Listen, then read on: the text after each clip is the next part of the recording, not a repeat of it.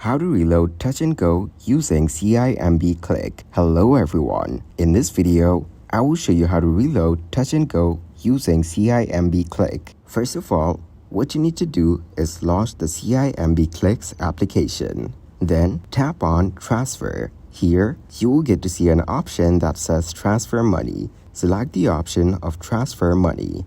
Enter or paste Touch in Go Do It Now account number in the To field. Select To Other Banks or ewallet as transfer type and Touch and Go ewallet as bank name. Enter a minimum amount of 50 RM to qualify for transfer money. Remember to tick Save as favorite for a speedier transaction. Thank you guys for watching this video. Hope you got some value. Make sure to like the video and subscribe to the channel to get notified of new videos. See you in the next one.